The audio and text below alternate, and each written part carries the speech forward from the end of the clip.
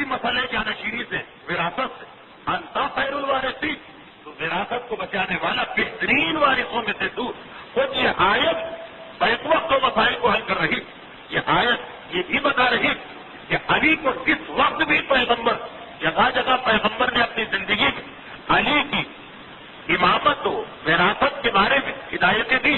اس موقع پر بھی یہ دعا مانگ کر ایک طرف یہ بتایا کہ میرے وارث علی، اور دوسری طرف یہ بھی بتایا کہ میری اولاد علی، علی کو اپنی اولاد قرار دیا، اس لیے کہ یہ آیت خاص آئی اولاد کے بارے میں ہے.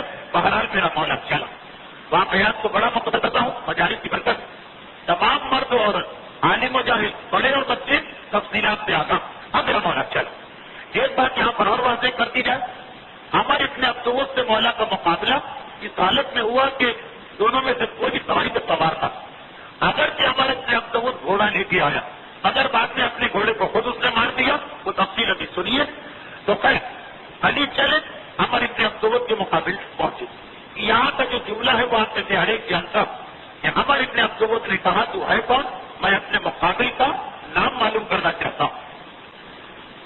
اب سارا عالم اسلام علی کو جاتا دیکھ رہا، اور اسی وقت پیغمبر کی زبان سے وہ مشہور حدیث ہے کہ فرض الایمان کلہ الی الکفر کلہ. آج کل ایمان کل کفر کے مقابلے میں جا رہا، اور ایک اور طرح سے یہ حدیث اس طرح فرض الایمان کلہ.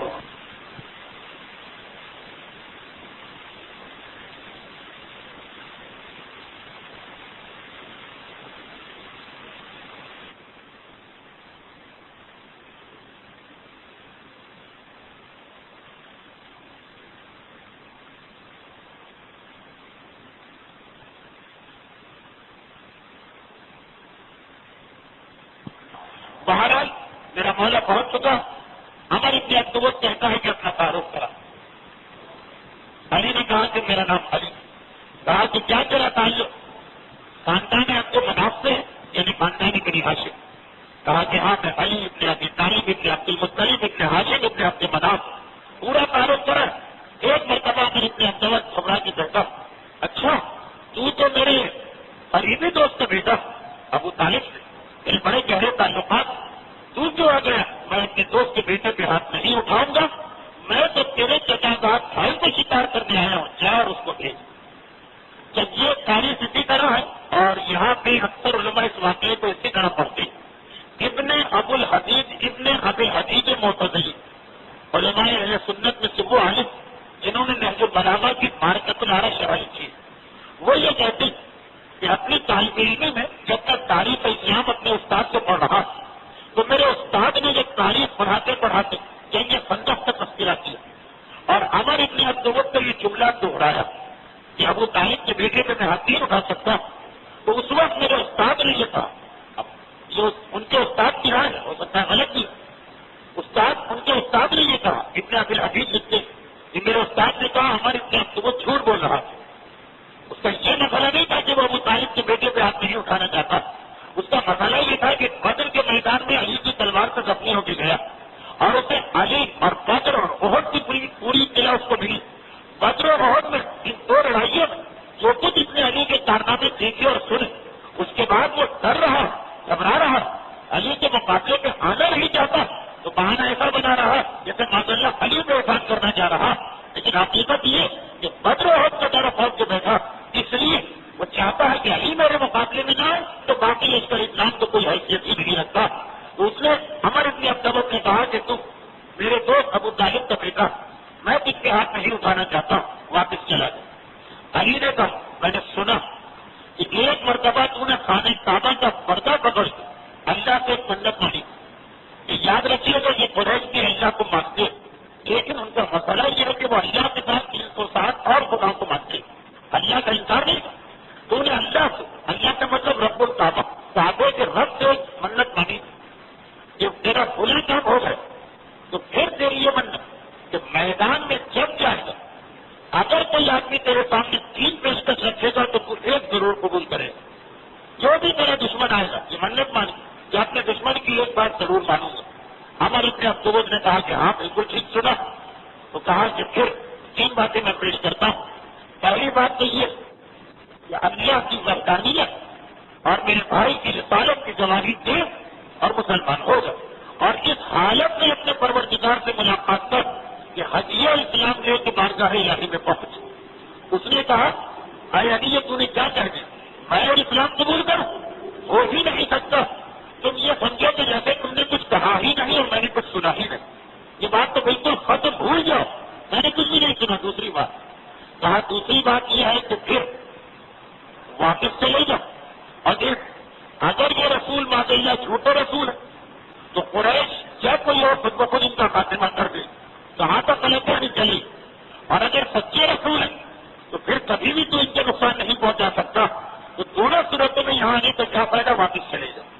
اس نے جو جملہ کہا ہے تو ایسا جملہ کہ اس کے بعد بہت کچھ کہنے کو زبان برقرار ہو رہی ہے لیکن میں نہیں کہہ پاؤں گا.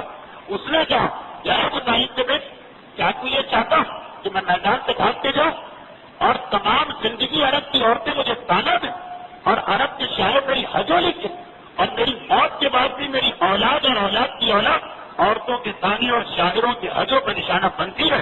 ہو ہی نہیں سکتا. کافر ہے، یہ دین ہے، مگر بہرحال یہ احساس تو اسے ہے. تیسری شرط، تیسری بات پیش کر، یہ بھی ناممکن ہے. تیسری بات کہا، تیسری بات میرے مولا نے کہا تیسری بات وہ یہ ہے کہ پھر آ میدان میں اور مجھ سے مقابلہ کر. عمر ابن عبدوت ادھر پر کہا میں سوچ بھی نہیں سکتا تھا جب میں نے خانہ کعبہ کا پردہ بدل کی منت مانی کہ کبھی کوئی مجھ سے یہ کہے گا کہ مجھ سے مقابلہ کر. یعنی منت کے وقت اس کے دل میں یہی بیان ہوگا کہ تیسری بات جو کہے گا وہ یہی کہ بھائی مجھ پر رحم کھاؤ، اچھا چلو مجھے چھوڑ دو، میری جان بخشی کر دو. میں سوچ بھی نہیں سکتا کہ دنیا کا کوئی شخص مجھ سے یہ کہہ سکتا ہے کہ مقابلہ کر. نہیں، میں تیسری بات کی مجھے ناگوار ہے، میں تجھ کا ہاتھ نہیں اٹھانا چاہتا ہوں، میرا مولا کہتا. لیکن مجھے دنیا کی سب سے خوشگوار بات یہ لگتی کہ میں دشمن خدا کا خاتمہ کروں، میں تجھ سے لڑنا چاہتا ہوں. بس یہ جو سنا ایک مرتبہ اسے بھی غصہ آیا اور غصے کی یہ شدت کہ اس نے گھوڑے سے چھلانگ لگائی، اپنی تلوار سے پہلے اپنے گھوڑے کی گردن کاٹ دی. یہ بھی میدان جنگ میں طریقہ ہوتا ہے اپنے سامنے والے کو ڈرانے کا. بہت ہی میں گھونڈی مثال دے رہا ہوں، تو بھی یا نہ دوں، ذکر رسول کی طہارت، تقویٰ اور مثال کی عوامیت، لیکن بہرحال توہین و گستاخی ہو رہی ہو تو میں آپ سے بھی معافی مانگتا ہوں اور اللہ اور رسول سے بھی. کبھی کبھار اگر آپ ٹیلی ویژن میں ریسلنگ کے مقابلے دیکھیں تو بعض پہلوان آتے اسی طرح سے لڑتے مرتے، کسی جانور کی گردن مروڑتے، کوئی زنجیریں مارتے، کوئی کتا لے کے، کوئی چیز لے کے. ایک طریقہ ہوتا ہے دشمن کو، مقابل کو پہلے ہی سے اپنے روپ میں لانے. عمر ابن عبدوت گھوڑے سے ایک مرتبہ اترتا اور اس طرح سے تلوار چلاتا ہے کہ اس کے گھوڑے کی گردن کر دے. دیکھو میں کتنا غصہ ہوا، دیکھو میرا جلال کتنا، دیکھو میں اپنی سواری کو جانوا جس پر عرب اپنی اولاد قربان کرتی تھی. ذہن میں رکھیے گا، گھوڑا اتنا پیارا ہوتا ہے کہ اپنی اولاد قربان کرتی تھی. اولاد تو پھر بھی مل جائے، ایسا جانور کہاں سے ملے گا؟ اسے بھی میں قربان کر رہا ہوں. یہ گھوڑا ایک اعلان ہے عمر ابن عبدوت کی جانب سے کہ اندازہ کر لو کہ مقابلہ ہوا تو میرے دل میں رحم نہیں ہے.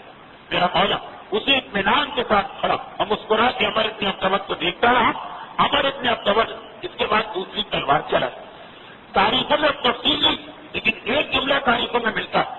عمر ابن عبدوت کی تلوار تو چلی، اور یہ ایک بات تو ہے کہ پوری تاریخ اسلام یہ واحد شخص تھا کہ میدان جنگ میں جس کی تلوار علی کے سر تک پہنچ گئی اور سر کو زخمی کر گئی. اب اس کے بعد تاریخوں میں یہ کہ اتنا گرد و غبار بلند ہوا میدان کہ کسی کو کچھ نظر ہی نہیں آ رہا کہ کیا ہو رہا. یہاں تک کہ عمر ابن عبدوت کے 4 ساتھی بھی تمبخود کھڑے کہ گرد و غبار بلند. ایک مرتبہ اس گرد و غبار سے علی کے نعرے تکبیر کی آواز آئی اور سارا لشکر اسلام شکر کے سجدوں میں گر پڑا. علی کے نعرے تکبیر بتا رہا کہ عمر ابن عبدوت جہنم واصل ہوا. اسی لیے درود بھیجو محمد والے